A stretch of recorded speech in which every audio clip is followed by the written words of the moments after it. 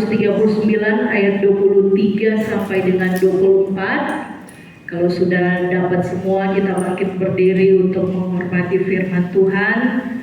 Yang mungkin tidak bawa Alkitab atau tidak bawa handphone, bisa lihat di layar LCD ya.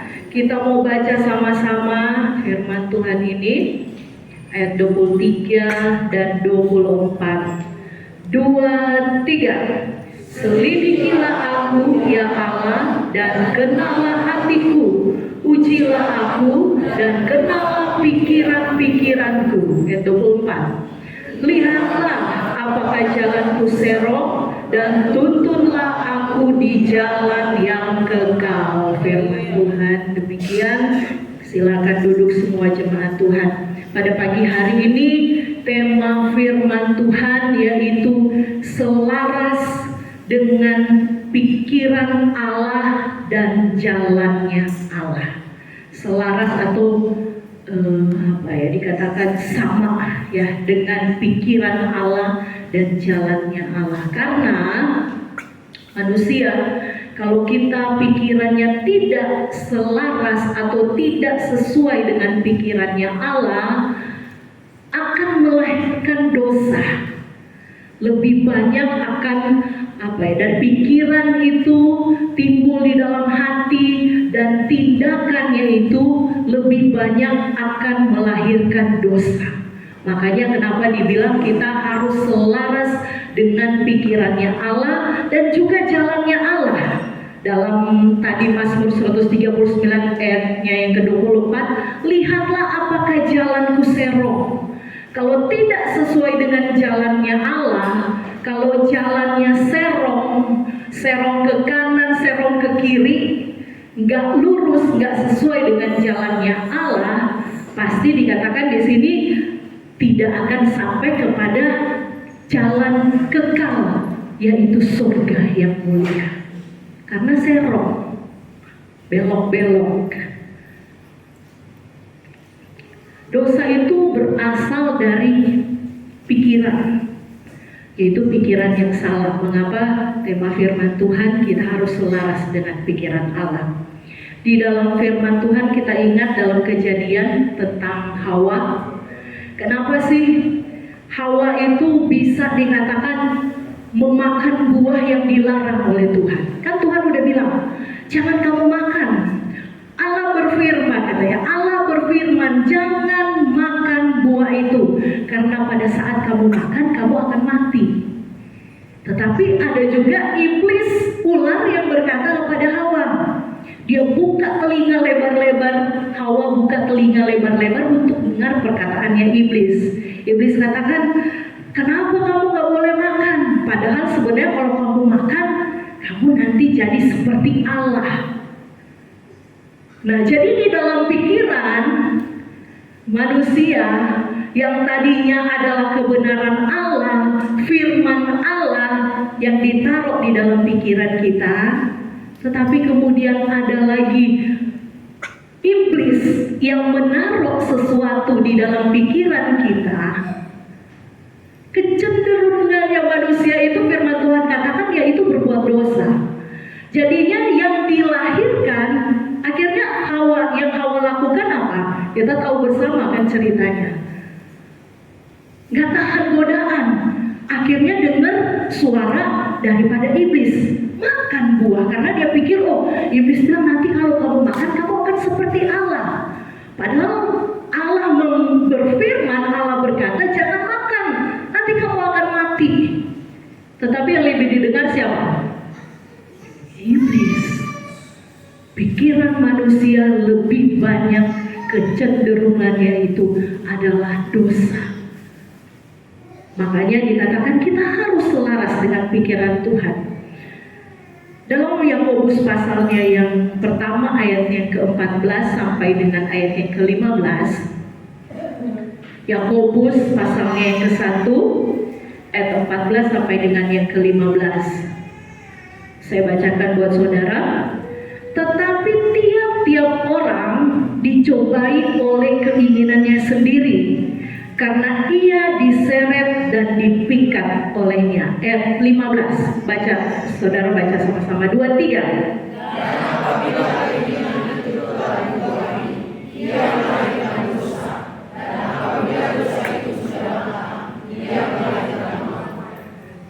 Apabila dosa itu sudah matang, ia melahirkan maut. Maut artinya terpisah dari Allah. Dari mana datangnya dosa? Dari pikiran. Kalau pikirannya kita tidak diisi dengan kebenaran Allah, tidak selaras dengan kebenarannya Allah, pasti yang akan masuk adalah pikiran-pikiran dari kuasa kegelapan, yaitu iblis. Dan di sini dikatakan setiap orang dicobai dengan keinginan sendiri, ia diseret dan dipikat olehnya, dan apabila keinginan itu telah dibuahi, melahirkan dosa. Dan dosa jika sudah matang, ia melahirkan maut. Maut itu terpisah dari Allah, dan pasti upah dosa maut akhirnya menerima masuk dalam neraka kekal selama-lamanya. Beberapa minggu lalu Bapak Gembala sudah sampaikan bagaimana tentang neraka. Sebenarnya neraka itu dikatakan Allah ciptakan itu bukan untuk manusia. Kembali lagi diingatkan bahwa neraka itu diciptakan Allah untuk iblis, malaikat yang memberontak kepada Allah, malaikat yang berbuat dosa. Kalau sudah malaikat yang berbuat dosa yang memberontak, gak ada pengampunan. Mau minta ampun sama Tuhan gak ada. Langsung dicampakkan, langsung dibuang. Tetapi manusia, makanya bersyukur kita semua ya, masih tetap mungkin ada yang berbuat dosa, melakukan yang tidak berkenan kepada Tuhan, tetapi kasih-Nya Tuhan itu dahsyat. Selama kita masih diberikan nafas kehidupan, selalu dikatakan masih ada pengampunan. Tuhan masih ampuni. Makanya iblis benci banget kalau lihat manusia. Kayaknya kesel banget iblis kalau lihat manusia. Kok dia bisa berbuat dosa sekali, 2 kali, 3 kali, sampai berapa kali? Tuhan ampuni selama dia masih hidup. Tetapi kalau dia berdosa dan pada saat sudah waktunya, udah gak ada kesempatan, udah pasti dia jadi temannya iblis. Kenapa iblis benci gitu kepada manusia? Karena dia sudah ditempatkan, dia tahu tempatnya neraka. Makanya dia mengajak manusia sebanyak-banyaknya, digoda. Bagaimana caranya supaya jadi temannya dia untuk masuk dalam neraka. Neraka itu bukan untuk manusia, karena Allah mengasihi manusia. Tetapi oleh perbuatan manusia sendiri, sehingga masuk di sana. Kalau ada di dalam dosa, kalau pikiran-pikirannya tidak sesuai dengan kebenaran Tuhan. Makanya kenapa kita harus selalu isi pikiran kita dengan kebenaran, dengan firman, supaya jalan hidupnya kita nggak serong. Kita lurus terus ke depan, berjalan dengan jalannya Allah. Haleluya. Cara berpikirnya kita setiap hari itu harus diperbaharui. Saudara, kenapa selalu ada doa pagi? Karena pada saat kita akan memulai harinya kita, kalau kita nggak berdoa, lebih banyak masuk hal-hal yang dari iblis kasih masukan dalam pikiran kita. Pastinya sepanjang hari kan begitu banyak ada kalau ini, aduh bawaannya masih pagi udah kesel aja, kayaknya nggak enak, moodnya lagi nggak enak. Makanya kenapa harus berdoa. Di dalam doa selalu dikatakan Tuhan akan memberikan kekuatan bagi kita. Tuhan akan memprotek kita dari pikiran-pikiran yang dari iblis. Itu akan dengan sendirinya oleh firman tersingkirkan.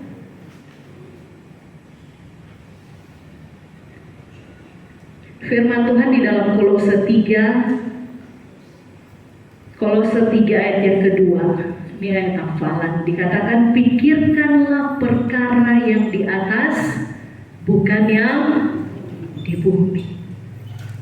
Kenapa sih kok kita mesti pikirkan perkara-perkara yang di atas bukan yang di bumi?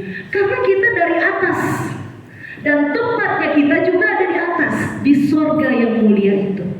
Tempatnya kita, nanti kita kembali lagi itu ke atas. Jadi pikiran kita tidak boleh sama dengan orang dunia. Kalau dunia mengatakan, cari kekayaan.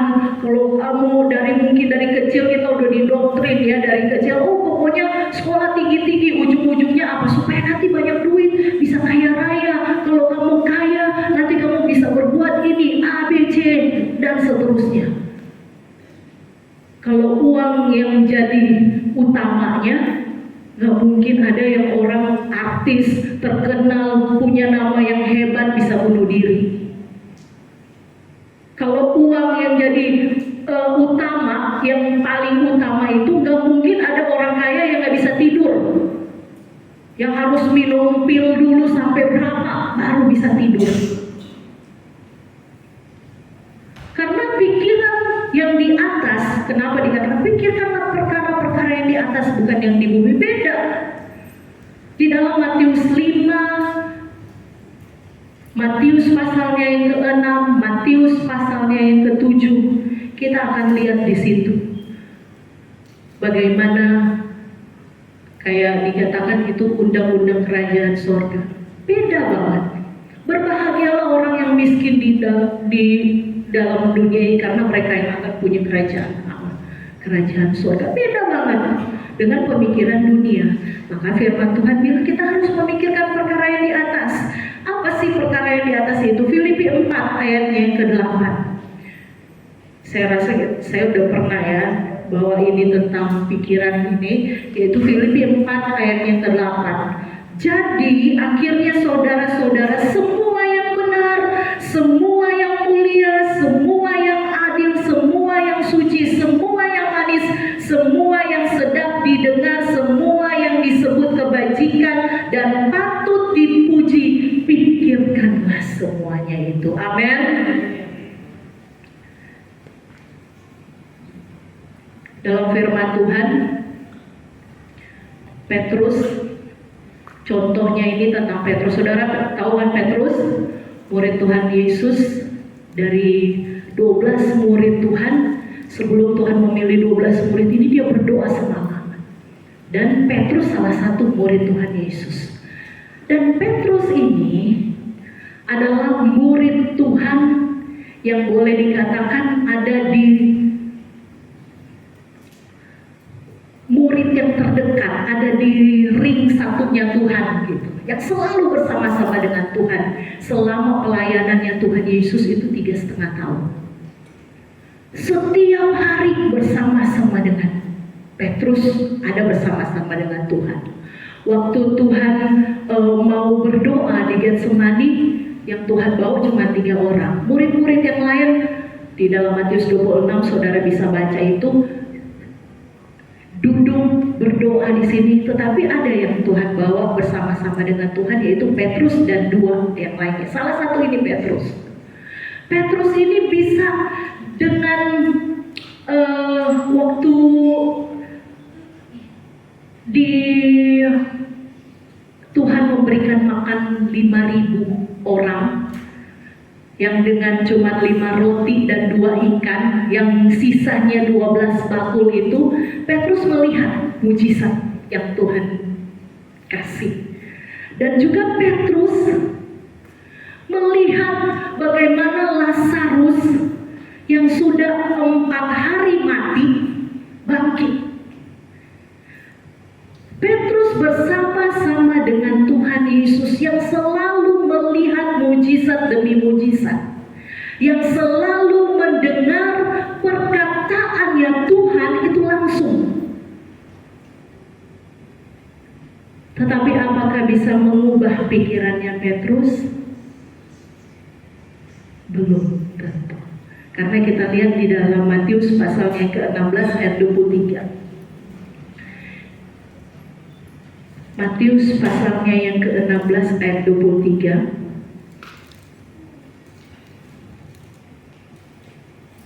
Maka Yesus berpaling dan berkata kepada Petrus, "Enyahlah iblis, engkau suatu batu sandungan bagiku, sebab engkau bukan memikirkan apa yang dipikirkan Allah, melainkan apa yang dipikirkan manusia."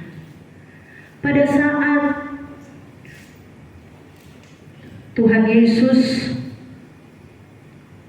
sedang memberitakan pemberitahuan tentang nanti Tuhan akan bagaimana ya. Sejak saya baca ayat 21 aja. Sejak waktu itu Yesus mulai menyatakan kepada murid-muridnya bahwa ia harus pergi ke Yerusalem dan menanggung banyak penderitaan dari pihak tua-tua, imam-imam kepala dan ahli-ahli Taurat, lalu dibunuh dan dibangkitkan pada hari ketiga. Jadi lagi perjamuan Tuhan Yesus katakan, saya nanti akan diserahkan kepada imam-imam, nanti akan dibunuh, tapi nanti akan dibangkitkan pada hari yang ketiga. Petrus, murid Tuhan Yesus ini orang Yahudi. Dari kecil mereka sudah ditanamkan di doktrin bahwa nanti akan datang juru selamat dan akan membebaskan mereka dari bangsa Romawi yang saat itu menjajah mereka. Jadi pikirannya Petrus berpikir, oh Yesus ini yang akan membebaskan. Jadi Yesus ini yang akan menjadi raja buat mereka pada saat bangsa Yahudi itu dijajah oleh Roma. Oh nanti Petrus katakan berarti Tuhan ini yang akan jadi raja, yang akan membebaskan mereka dari penderitaan pada saat itu dijajah oleh Roma. Dan pada waktu Yesus memerintahkan, dikatakan sejak waktu itu Yesus mulai menyatakan, Tuhan katakan kepada murid-muridnya, ia harus pergi ke Yerusalem dan menanggung banyak penderitaan dari pihak tua-tua, imam-imam kepala dan ahli-ahli Taurat, lalu dibunuh dan dibangkitkan pada hari ketiga. Dikatakan akan dibunuh. Tetapi ayat 22, saudara lihat, coba ditampilkan di slide, Matius pasalnya ke-16 ayat 22. Tetapi Petrus menarik Yesus ke samping dan menegur dia, katanya, Tuhan, kiranya Allah menjauhkan hal itu. Hal itu sekali-kali takkan menimpa engkau. Tarik nih, Petrus tarik Tuhan Yesus ke pojok samping. Tuhan, kok ngomongnya kayak gitu sih? Sekali-kali biarlah itu tidak akan menimpa. Kalau kita, amit-amit, jangan deh ngomong-ngomong kayak gitu. Tetapi apa yang firman Tuhan? Apakah Tuhan langsung bilang, Petrus, kamu salah? Enggak. Ayat 23, coba tampilkan. Maka Yesus berpaling dan berkata kepada Petrus. Apa yang Yesus katakan? Apa yang Yesus katakan? Enyahlah iblis, engkau suatu batu sandungan bagiku, sebab engkau bukan memikirkan apa yang dipikirkan Allah, melainkan apa yang dipikirkan manusia. Sebenarnya tujuan Petrus baik gak sih? Jangan mati dong Tuhan. Bersama-sama selama 3,5 tahun melayani, melihat mujizat, menyembuhkan banyak orang. Tuhan katakan dia harus dibunuh, diserahkan kepada imam-imam. Tetapi pikirannya Petrus berbeda.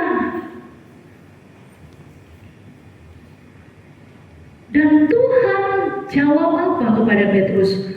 Bukan Petrus yang dihardik. Jadi kalau di dalam Alkitab ada, kalau saudara lihat ada titik kayak bintang gitu. Itu kalau saudara tekan lagi itu, nanti keluar yang seperti perkataan Tuhan kepada iblis waktu Tuhan dicobai. Enyahlah iblis.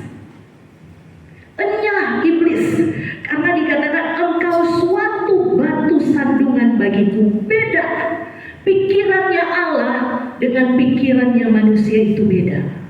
Makanya tema firman Tuhan selaras dengan pikirannya Allah dan jalannya Allah. Karena pikirannya kita, jalannya kita dalam hari-hari ini, kalau kita tidak menselaraskan dengan jalannya Allah dan pikirannya Allah, kita akan gampang banget jatuh. Kita akan dengan mudahnya untuk berbuat dosa.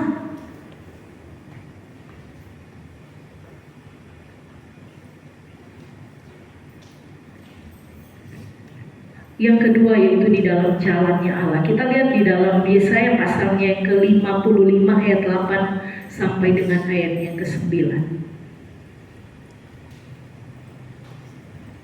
Yesaya pasalnya yang ke-55 ayatnya yang ke-8 dan yang sampai dengan yang ke-9. Sebab rancanganku bukanlah rancanganmu dan jalanmu bukanlah jalanku. Demikianlah firman Tuhan. Seperti tingginya langit dari bumi, demikianlah tingginya jalanku dari jalanmu dan rancanganku dari rancanganmu. Beda jauh. Tuhan yang di surga, yang ada di langit sana, dengan kita yang ada di bumi, jaraknya aja berapa jauh banget. Pikirannya Allah dengan pikirannya kita beda. Jalannya Allah dengan jalannya kita beda. Makanya kenapa kita harus menselaraskan. Supaya apa? Kita masuk di dalam kerajaannya Allah. Kalau kita berpikir dengan semau-maunya kita, kalau kita berjalan dengan semau-maunya kita, nggak akan nyampe, nyangkut. Gak akan mungkin nyampe di dalam kerajaan sorga yang kekal mulia itu. Karena hari-hari ini saudara, begitu banyak, mungkin kita lihat dikit-dikit di media sosial berita, ada survei lagi apa yang dikatakan, ada orang-orang bilang sehari itu bisa sampai 20 juta orang meninggal. Bukan menakut-nakuti, tetapi biarlah pada saat waktunya kita, sudah waktunya kita dipanggil Tuhan, kita ada di dalam jalannya Allah dan pikirannya kita itu sesuai dengan pikirannya Allah. Amin. Karena beda, firman Tuhan katakan, jalannya kita, jalannya Allah itu berbeda. Makanya kita harus benar-benar untuk belajar firman Tuhan. Karena gak gampang. Orang pikir, aduh, oh iya ya, yang penting jadi Kristen, terima Tuhan, hidup enak. Gak seperti itu. Kalau kita tidak mengerti kebenaran firman Tuhan, katakan Amos katakan umatku binasa kalau tidak berpengetahuan, tidak mengerti kehendak Tuhan, kita akan binasa. Amsal 14 ayat 12 dikatakan, ada jalan yang disangka orang lurus, tetapi ujungnya maut. Banyak orang menyangka, aduh, ada jalan, oh iya, lurus, tetapi ternyata ujungnya maut. Di dalam Keluaran pasalnya yang ke-13 ayat 17 sampai dengan yang ke-18 ini kita harus baca.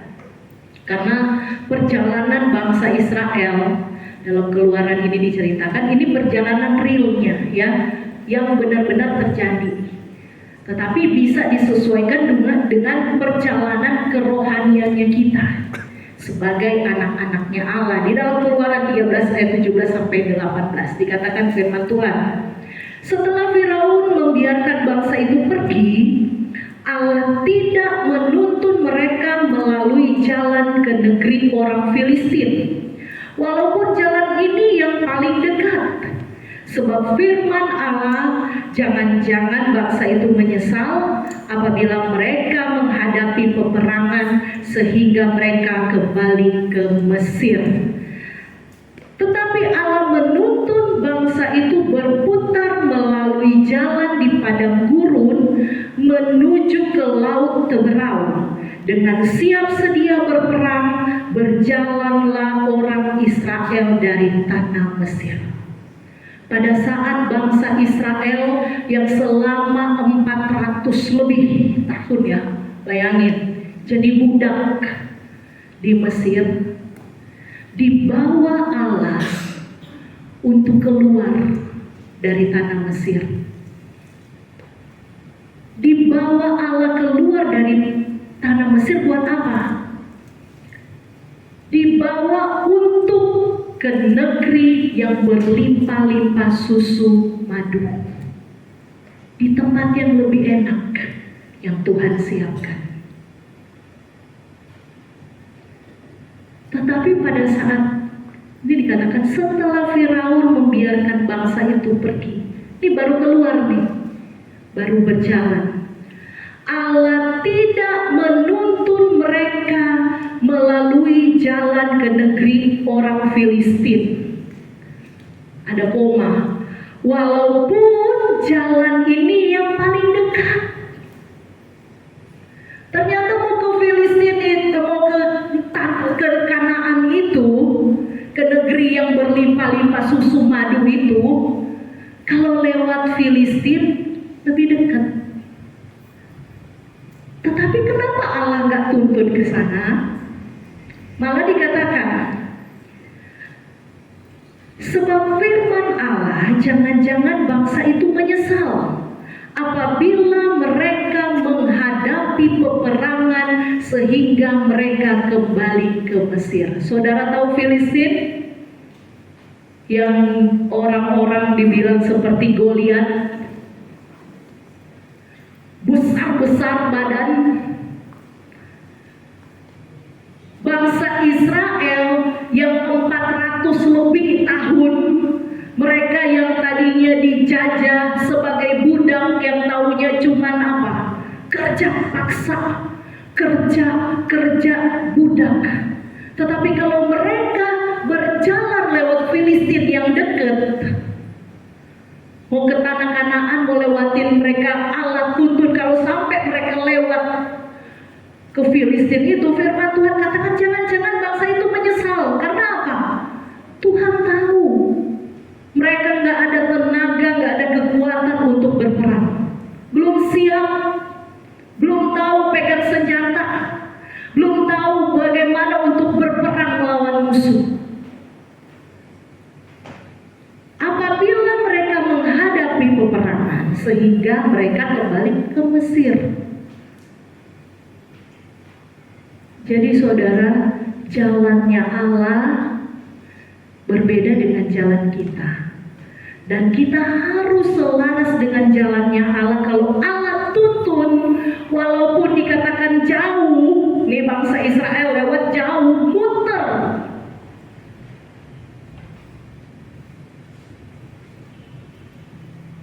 Tetapi Allah tahu yang terbaik. Amin. Ayat berikutnya dikatakan, tetapi Allah menuntun bangsa itu berputar melalui jalan di mana? Melalui jalan di apa? Padang gurun. Siapa yang saat ini mengalami padang gurun?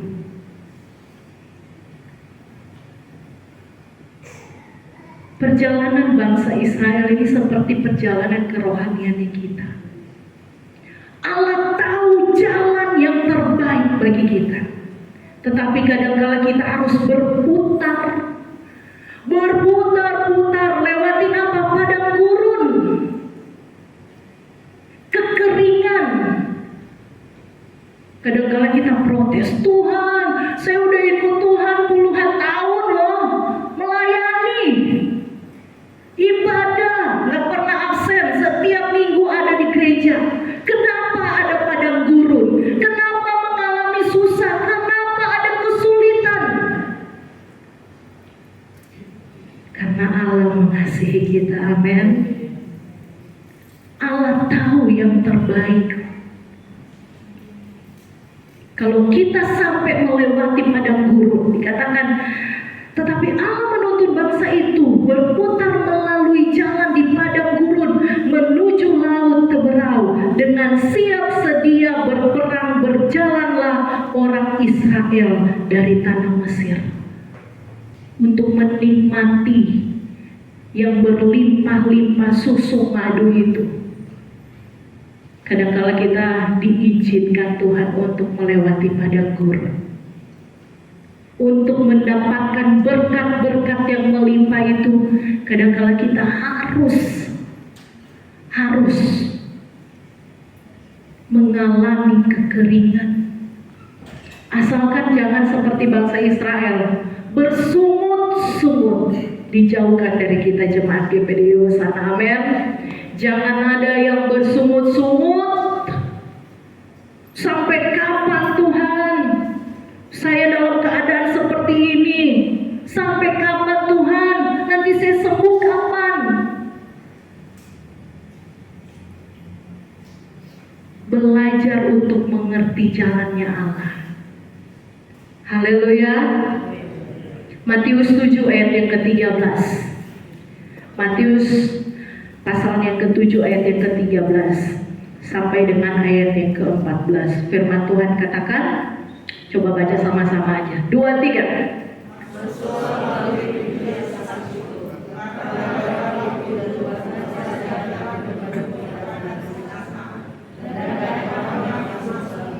Ayat 14.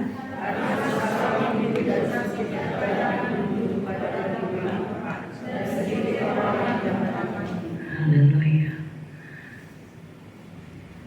Ternyata melalui pintu yang sesak itu sedikit orang yang mau melewati. Lebar pintu, luaslah jalan yang menuju kepada kebinasaan, dan firman Tuhan katakan banyak orang yang melewati. Tetapi kepada jalan yang menuju kehidupan yang kekal, sedikit banget orang yang mau. Karena apa? Firman Tuhan katakan sesak, sempit. Hari-hari ini kita selalu dihadapkan dengan, kalau ada yang gampang ngapain mau yang sulit sih? Kalau bisa dikerjakan dengan gampang ngapain susah-susah?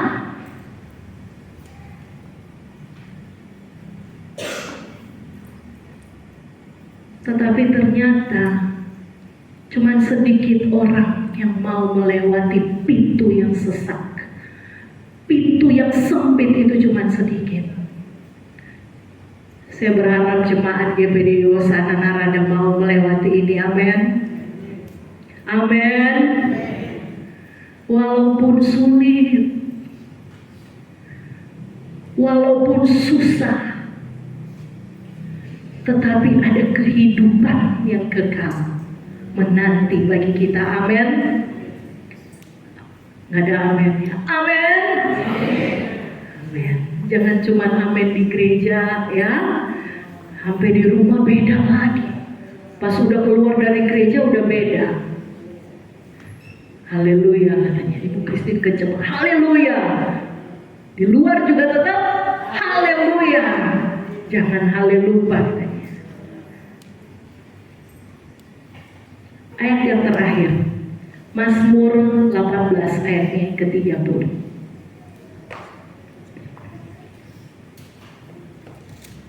Mazmur pasalnya yang ke-18 ayatnya yang ke-30. Kita mau baca sama-sama. 2, 3. Adapun Allah jalannya sempurna, janji Tuhan adalah murni, Dia menjadi perisai bagi semua orang yang berlindung kepadanya. Amin. Kenapa kita harus sesuai dengan pikirannya Allah? Kenapa hidup kita harus sesuai berjalan dengan jalannya Allah? Karena jalannya Allah adalah sempurna.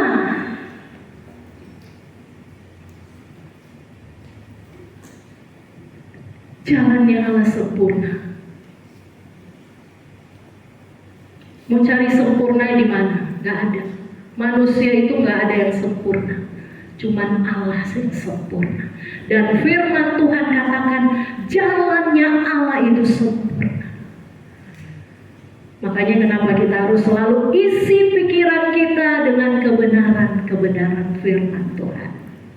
supaya kita lurus jalannya, mengikuti jalannya Allah yang sempurna itu, dan jadi teladan.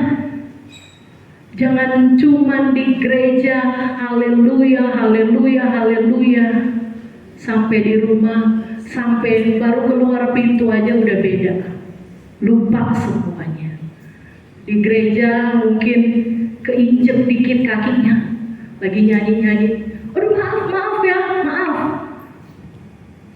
Oh gak apa-apa. Gitu kan, itu kalau di gereja aduh malaikat banget. Coba kalau di luar, belum keinjek masih kesenggol dikit, mata lo taruh di mana coba? Udah melotot aja, belum keinjek. Makanya kita harus jadi teladan. Jangan cuma di gereja haleluya, haleluya. Isi selalu pikiran dengan kebenaran. Bahkan jalannya kita berdoa, Tuhan tolong, biar kita berjalan benar-benar sesuai dengan jalannya Tuhan. Walaupun dikatakan berputar-putar, sulit, padang gurun yang kita hadapi, tetapi kita tahu jalannya Tuhan itu sempurna. Firman Tuhan sampai di sini, biarlah kita boleh bukan saja menjadi pendengar, tetapi kita melakukan firman Tuhan. Pikiran kita diubahkan, kita selaras dengan pikirannya Allah, dan jalan kita berjalan sesuai dengan jalannya Tuhan.